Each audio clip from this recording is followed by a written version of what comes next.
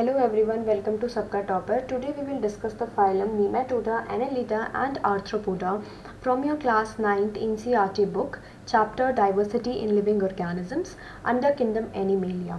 So let's start with the phylum Nematoda.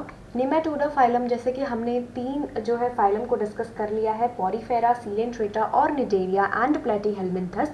उसी तरीके से आज हमें तीन डिस्कस करने हैं, नेमाटोडा, एनेलिडा एंड आर्थ्रोपोडा। और इसमें हम देखेंगे कि जैसे हमने क्लासिफिकेशन एंड इवोल्यूशन को डिस्कस किया था, वो जो टॉपिक है इम्पॉर्टेंट टॉपिक है, तभी आप इसको रिलेट कर पाओगे। यहाँ पर आप देखोगे कि जिस तरीके से पॉरीफेरा, सीलेंट्रेटा और प्लेटीहेलमिन्थस में मॉडिफिकेशंस आए थे, उसी तरीके से यहाँ पर भी जो है नेमाटोडा, एनेलिडा एंड आर्थ्रोपोडा में जो है आप देखोगे कैसे इवोल्यूशन हुआ है और धीरे धीरे करके जो है मॉडिफिकेशंस जो है इनमें आए हैं एक एक करके। ठीक है, तो बेसिकली ये हमें आज इसमें डिस्कस करना है। और मैंने आपको कहा था कि ये जो टॉपिक है एनसीईआरटी लेवल पर ही बहुत इंपॉर्टेंट है, इससे ज़्यादा कहीं कुछ नहीं पूछा जाता है। एनसीईआरटी को पूरा प्रॉपरली इसमें आपको स्टडी करना है। एग्जाम्पल्स एनसीईआरटी के बहुत इंपॉर्टेंट है, जो आपको एनसीईआरटी में दिए हुए हैं उसको आपको स्टडी करना होगा इन टॉपिक्स में। और बेसिकली यहाँ पर माइंड मैप्स बनाने की कोशिश करो, टैबुलेट करने की कोशिश करो, पॉइंट वाइज लर्न करने की कोशिश करो, तो इजीली लर्न होता है। ठीक है, नेमाटोडा की बात करते हैं।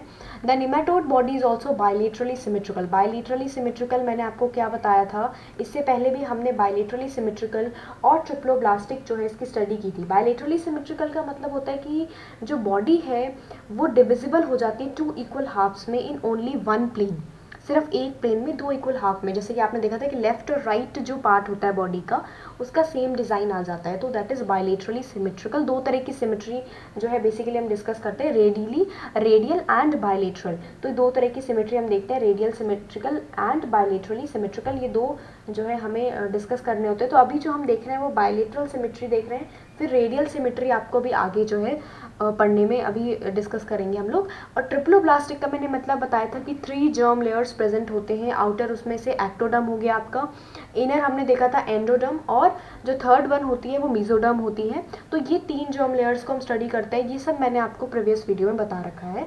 However the body is cylindrical rather than flattened. ऊपर जैसे हमने देखा था कि फ्लैट बॉडी होती है, वैसे यहाँ पर जो बॉडी है वो सिलेंड्रिकल होती है। There are tissues but no real organs. यहाँ पर भी देखो लेवल ऑफ ऑर्गेनाइजेशन बॉडी का कितना तक जा रहा है, रियल ऑर्गन्स प्रेजेंट नहीं है। Although a sort of body cavity और अ सूडोकोलियम इज प्रेजेंट। थोड़ा सा जो है सॉर्ट ऑफ बॉडी कैविटी आती है, सूडोकोलियम जो है इनमें प्रेजेंट होता है। ठीक है, यहाँ पर इसके बाद जो हमारे पास नेक्स्ट थिंग आती है सूडोकोलियम। आपको याद रखना है, कोलियम का मतलब होता है cavity.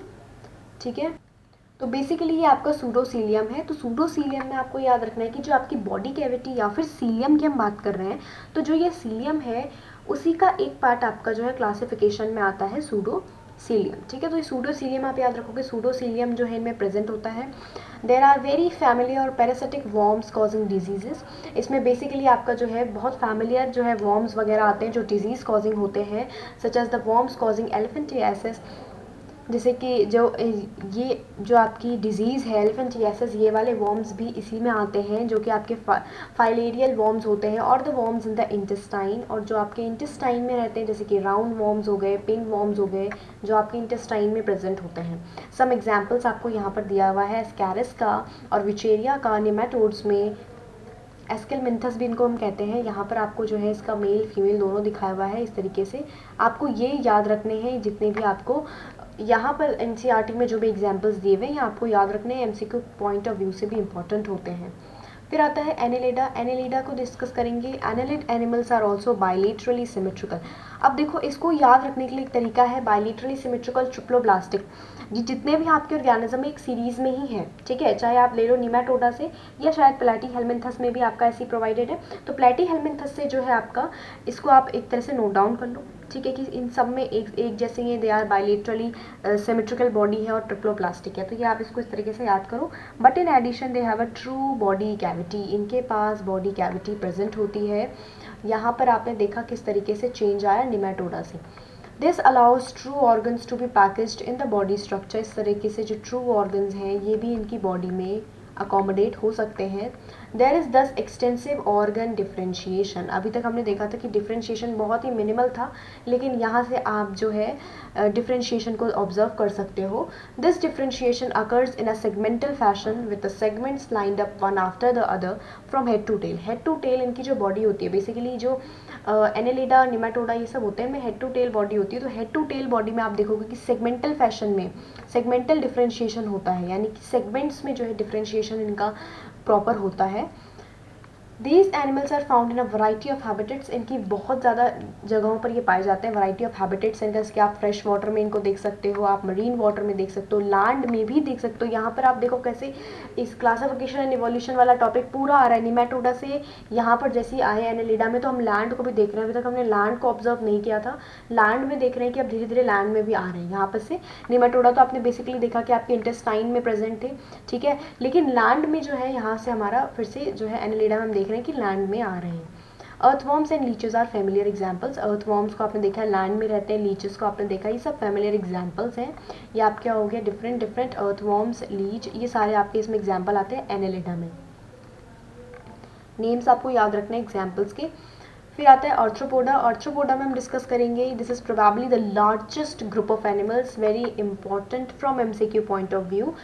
Largest group of animals में इनको जो है माना जाता है। These animals are bilaterally symmetrical and segmented.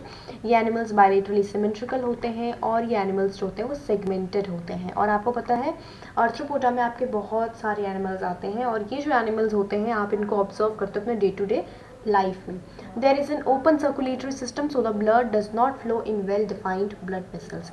इनकी बॉडी में ओपन सर्कुलेटरी सिस्टम होता है। Open circulatory system, circulatory system को हम 10th क्लास में डिस्कस करेंगे, ठीक है। तो बेसिकली आपको याद रखना है कि इनका ओपन सर्कुलेटरी सिस्टम होता है। ब्लड जो है वो वेल डिफाइंड ब्लड वेसल्स में फ्लो नहीं करता। जैसे ब्लड वेसल्स ह्यूमन्स में है, आर्टरीज, वेन्स एंड कैपिलरीज, इनके पास ऐसी कोई ब्लड वेसल्स प्रेजेंट नहीं होती। The coelomic cavity is blood filled. इनकी कैविटी भी ब्लड फिल्ड होती है। दे हैव जॉइंटेड लेग्स, इनके लेग्स जॉइंट होते हैं। The word arthropod means jointed leg, very important from MCQ point of view. Arthropod का मीनिंग ही जॉइंटेड लेग्स होता है। सम फेमिलियर एग्जाम्पल्स आप प्रॉन्स हो गए, ब्यूटीफुल बटरफ्लाइज इसमें आती हैं, house flies, spiders, scorpions and crabs, ये सब इसमें आते हैं। बटरफ्लाइज तो आपको याद रहनी चाहिए ऑर्थ्रोपोडा। मैंने आपको बोला कि जो डे टू डे लाइफ में आप देखते हो ऑर्गेनिजम्स को, वो सब आपके ऑर्थ्रोपोडा में ही आते हैं।